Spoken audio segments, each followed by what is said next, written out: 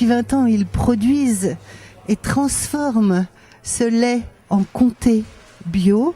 Et Pierre-Émile Bijard, je parle des 10 fermes du territoire installées autour de la fruitière bio du Val-de-Loup. Au départ, ils étaient 6. Ah, ils étaient que 6. Avec 900 000 litres de lait. Un peu 6 hurluberlus qui ont quitté les fruitières dans lesquelles ils étaient autour parce qu'ils voulaient passer en bio. C'était innovant aussi. Ah, mais c'était il y a 20 ans, c'est 98. Précurseur. Ouais, complètement, ouais. Ouais. Ils étaient un peu, je pense, pris pour des fous, quoi, par la profession. Donc ils ont quitté les fruitières dans lesquelles ils étaient. Ils sont allés voir les fromageries petites avec qui on commerce toujours pour le fromage. Et voilà, Petite les a suivis, ils ont monté cette fruitière. Donc de 6, ils sont assez vite passés à 8. Et puis actuellement, on est 10. Donc au départ, il y a 20 ans, il y avait 900 000 litres de lait fabriqués. Et puis là, on est à 2 400 000 litres de lait, 200 tonnes en comté à peu près. Et puis 40 tonnes en pâte pressée non cuite. Donc c'est morbier, tome, raclette. Donc en gros, 2 millions de litres de lait en comté et 400 000 litres de lait en autres produits. Donc c'est 10 fermes, donc ça représente à peu près entre 15 et 20 actifs, puisque sur les fermes, des fois il y a une personne, puis des fois il y en a 2 ou 3. Et puis à côté de ça, on a 3 personnes en fabrication, donc on a un maître fromager, à qui on délègue complètement la fabrication du fromage, mais qui est notre salarié. On a un second en fromagerie, un ramasseur caviste. Donc tout ça c'est l'équipe fabrication.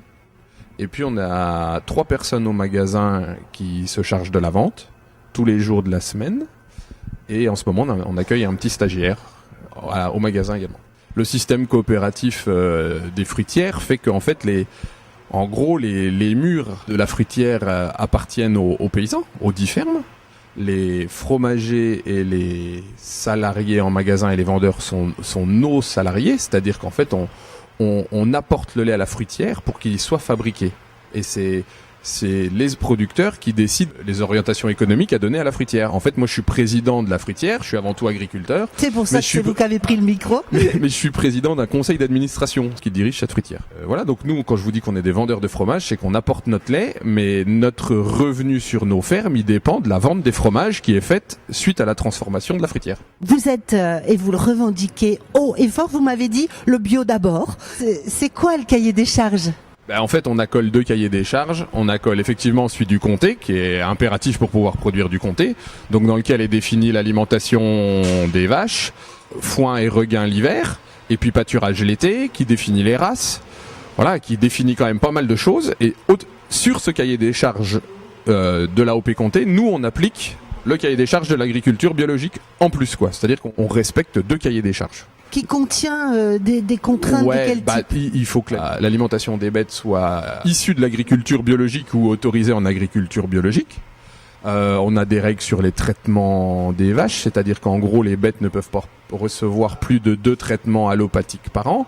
Donc ça veut dire qu'on a beaucoup de recours à l'homéopathie, à la phytothérapie et de la prévention en amont, quoi. Finalement, il n'y a pas tellement de, entre guillemets, en termes de fabrication, il n'y a pas de grosses différences. Alors après, en fabrication, les produits qu'utilise le fromager doivent aussi être homologués par le cahier des charges de l'agriculture bio. C'est-à-dire que le fromager, il peut pas utiliser n'importe quoi. Un comté se fabrique comment ? Le comté se fabrique le matin. Donc en fait, le lait est collecté dans nos fermes la nuit qui précède. Donc il est dépoté dans les cuves, on appelle ça dépoté, c'est-à-dire que le lait est mis en cuve, il mature doucement à température ambiante. Quand le fromager arrive le matin, il met à chauffer ses cuves. À certaines températures, il en présure, c'est-à-dire qu'il met de la vie dans le lait, il met des ferments qu'il aura préparé la veille. En plus, on a un fromager qui est un amoureux de son métier, alors du coup c'est lui qui fait ses ferments, quoi. Ouais. Donc voilà, il met ses levains, jusqu'au boutiste, voilà, et complètement. Ouais. Donc il met ses ferments, il met ses levains, il met sa présure. Une fois que le cahier a caillé, justement,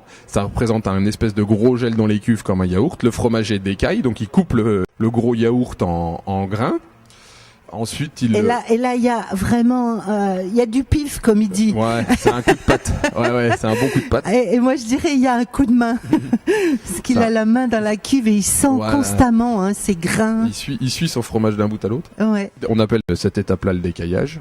Et ensuite, une fois que c'est décaillé, on rechauffe tout en brassant le cahier jusqu'à 55-56 degrés. Voilà, une fois que le fromager a obtenu l'égouttage suffisant, parce qu'en fait, la partie chauffage et brassage après décaillage sert à égoutter le grain, donc à faire sortir le maximum d'eau du grain de caillé. Après, une fois que cette étape-là est faite, il y a le moment du soutirage et mis en moule. Une fois qu'il y a eu cette mise en moule réalisée, on passe les fromages sous presse. Donc entre la mise en moule et le passage sous presse, on met des plaques. Donc on met les plaques vertes sur les fromages qui correspondent à la OP Comté, c'est-à-dire qu'un fromage sur lequel il n'y a pas de plaque verte ne peut pas s'appeler Comté, quoi. Donc on met une plaque verte sur laquelle il y a écrit le numéro d'atelier, donc ici Grange de Vèvres un numéro particulier, le jour et le mois de fabrication. Après, ce fromage est démoulé le lendemain matin, salé et mis en cave. Là, on l'appelle le fromage en blanc. En blanc, puisque quand il est démoulé, le comté est blanc. Vous le gardez combien de temps ici dans vos pré-affinages? Ouais, nous on fait du pré-affinage, donc en gros on le garde une quinzaine de jours, et puis après il part à la maison d'affinage Marcel Petite, à côté de Pontarlier. Votre affineur fidèle, historique. Vous vendez uniquement vos fromages ici à la fruitière? Non, en fait, en gros, on vend nos fromages à 15 jours à l'affineur Marcel Petite, et on en rachète une partie pour le magasin de l'ordre de 20 à 30% qu'on commercialise en direct, et le reste, c'est lui qui se charge de la commercialisation. Dans sa commercialisation, il y a une partie qui part en magasin spécialisé bio et une partie qui part aussi sur l'Allemagne et la Belgique. Vos fromages sont exportés? Une partie, ouais, je pense que les arômes de nos comtés correspondent bien aux attentes des pays consommateurs allemands. de l'Est. Ouais. Vous fabriquez du comté, l'appellation d'origine comté, mais d'autres aussi. Du morbier, donc qui est aussi un AOP du secteur quand même.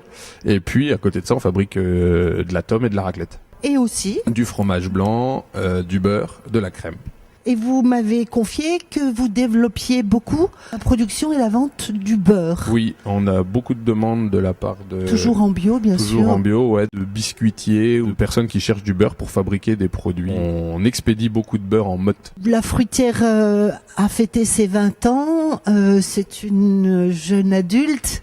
Est-ce qu'elle va continuer à vivre et peut-être autrement? L'année prochaine, donc, on accueille 3 nouveaux sociétaires qui se convertissent en bio et on ragrandit notre atelier. En fait, on reconstruit à côté de la fruitière, mais on refait tout un atelier neuf. On va développer la production et puis en même temps refaire l'atelier, parce que faut se dire que l'atelier il marche 365 jours par an. Donc en gros, l'AOP Comté dit transformation en comté tous les jours de l'année, samedi, dimanche, Noël, jour férié. Voilà, il n'y a pas d'arrêt. Donc l'atelier fonctionne 365 jours par an. Donc depuis 20 ans, il a déjà quelques jours de fabrication et il commence à être un peu fatigué. J'invite les téléspectateurs qui vous auront entendu, écouté, à venir déguster, savourer, comprendre aussi tout ce travail qui est fait, qui est donné par toutes les personnes à vos côtés. Je tiens à dire que c'est vraiment de très très très bons produits. Merci beaucoup. Merci à vous.